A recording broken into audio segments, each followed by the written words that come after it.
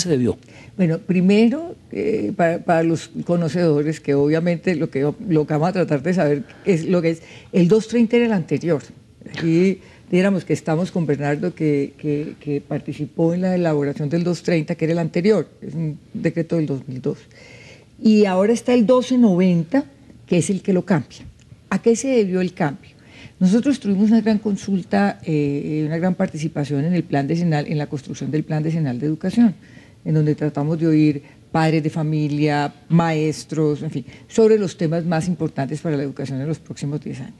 Y para nuestra sorpresa, la mayor reacción y la mayor pasión la generaba la discusión del sistema de evaluación. Todos contra el 230 se llamaba.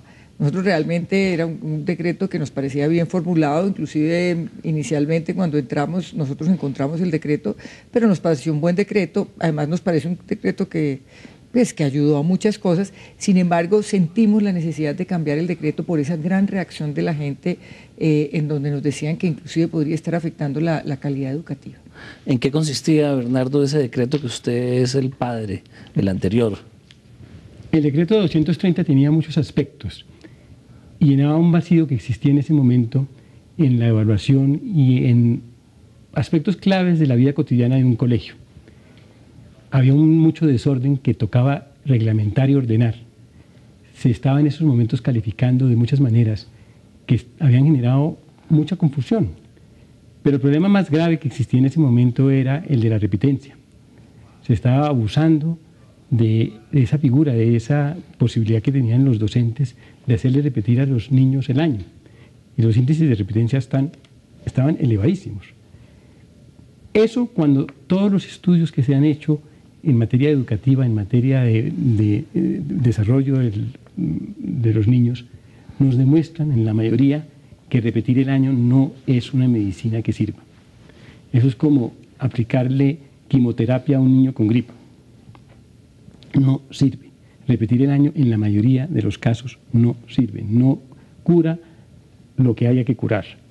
Por el contrario, puede agravarlo, desestimula, desanima, es un golpe a la autoestima. Eso era lo que había antes del 230. Ese es el 2, sí, antes del 230. Entonces, en ese momento se veía necesario que tocaba hacer algo para evitar eso. Por eso se puso un límite en ese momento. Pero el decreto tocaba muchos más temas. Por ejemplo, un aspecto muy importante del decreto era que se institucionalizaba la decisión sobre la decisión que tomaba el colegio de si un alumno pasaba o no. Esa decisión no podía seguir cayendo en manos de un profesor, porque se estaba abusando. Cuando nosotros hicimos el bachillerato, era un profesor, el de química, que podía decidir si yo pasaba o no. Cuando yo estuve en el ministerio, recibí quejas de padres de familia mía. Mi hija, el profesor de química le dijo, pasa el año, pero veámonos esta noche antes. ¿Por qué? Porque la decisión recaía en un profesor, en uno solamente.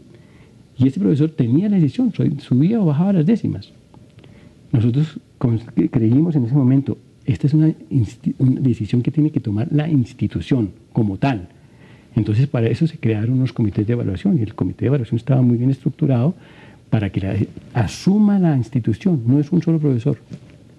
Otra tradición que existía era que se perdían 3 materias, se perdía una al año. Eso también es absurdo, porque es muy arbitrario, ¿no? Se perdía materias porque uno no había aprobado un logro, quedó debiendo algún logro, el pantano de Vargas o alguna cosa, entonces quedaba uno perdiendo el año. Cosas así, ¿no? Y la idea era que el nuevo sistema fuera ¿cuál? Que reemplazara ese antiguo. Muchas cosas. Por ejemplo, la decisión que toma un colegio para que un niño se promocione o no, dependía, primero que se reuniera el consejo de evaluador. El grupo de profesores o parte del grupo de profesores que le enseñó a ese estudiante. Y entre todos digan, la quimioterapia, o sea, repetir el año, si le sirve a este niño o no. Pero que no se tome como remedio universal. ¿Pero cuáles eran los criterios que tenían que utilizar ese consejo? En el decreto 230 se decía, bueno, para que un niño se pueda considerar que merece repetir el año, que le convendría repetir el año, tiene que haber presentado por lo menos algunos síntomas. Haber perdido materias claves como por ejemplo el lenguaje y matemáticas durante 2 años seguidos. Todos los estudios demuestran que especialmente en los primeros años esas son las 2 materias fundamentales. pensar y comunicarse. Las otras son importantes, yo no niego que son importantes, pero pensar y comunicarse en los primeros 5 años, todo lo que usted hace es pensar y comunicarse, lo que hacemos nosotros. Cuando esas 2 materias fallan, ahí hay algo grave. Pero un niño no puede perder el año porque falló en gimnasia o porque en ciencias sociales se le olvidaron algunos ríos. Ok. Y entonces ustedes hicieron el análisis del resultado de esos del de 230. Sí, en una gran discusión y encontramos varias cosas. Primero, lo que más molestaba efectivamente a las instituciones educativas, a los rectores, a los padres de familia, inclusive a los muchachos, era que no pudiera perder sino el 5%. Inclusive yo le había hecho un ajuste porque por alguna cosa del decreto había quedado que era el 5% por grupo, y entonces cuando llegaron ellos y me dijeron, eso no se puede ni calcular, entonces les habíamos puesto 5% del colegio. Ahí hay una cosa muy interesante de mirar y es cómo se está utilizando la pérdida del año. Que, si bien Bernardo dice que en general se perdía el año, obviamente que en muchos casos, por lo que él dice, realmente los muchachos perdían el año, primero pierden el año y todavía las mayores tasas de repitencia son en primero elemental y en sexto. Y en ese sentido yo creo que no tienen razón quienes dicen ¿por qué el 5%? Porque el 5% era precisamente porque era un absurdo. Cuando un niño pierde el año en primero elemental, no es un problema del niño, es básicamente un problema del maestro. Muchas veces los maestros nos decían es que es porque son muy adolescentes y son enloquecedores y deben perder el año para que aprendan. Es un poco la parte de la argumentación, pero no perdían en sexto, séptimo y octavo, sino que realmente perdían en sexto.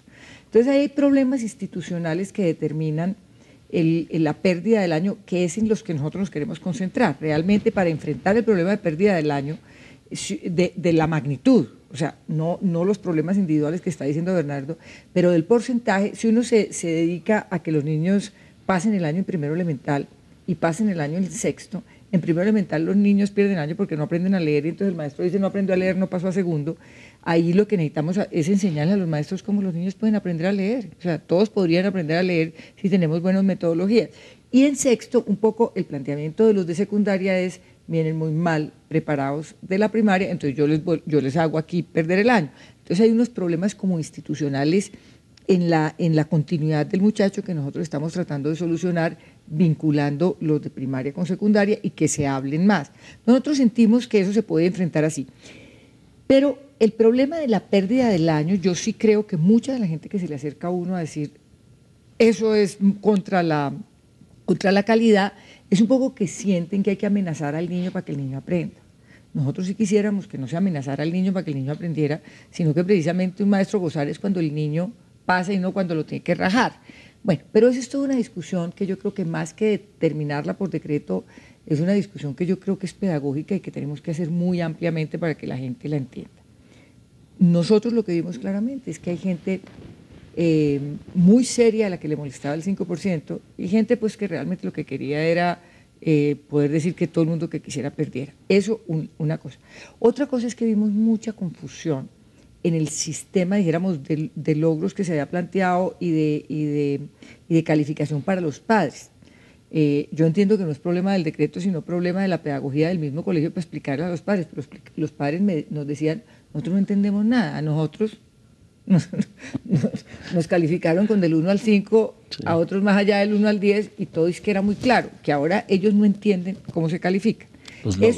Eso, por los logros. Eso simplemente es una incapacidad del sistema de explicarle al padre, pero ese fue otro de los problemas que vimos claramente, que ahí había una incomprensión de los padres de familia de todo el proceso. Y otra cosa que nos pareció muy interesante de la discusión es que todos sí decían que la evaluación debía responder al planteamiento pedagógico del colegio y que los planteamientos pedagógicos podían ser muy distintos. Esa, dijéramos, fue la que más nos llamó la atención, porque la gente defendía con mucha pasión sus posiciones y no llegaban a un acuerdo. Y cuando uno veía detrás lo que había, eran distintas posiciones frente a la pedagogía. Y uno, por ejemplo, ¿qué posiciones? Por ejemplo, o sea, hay unos colegios en donde la rigidez, hacer perder, poder amenazar al muchacho, es decir, una cosa muy rígida, funciona. Y hay otras en que dicen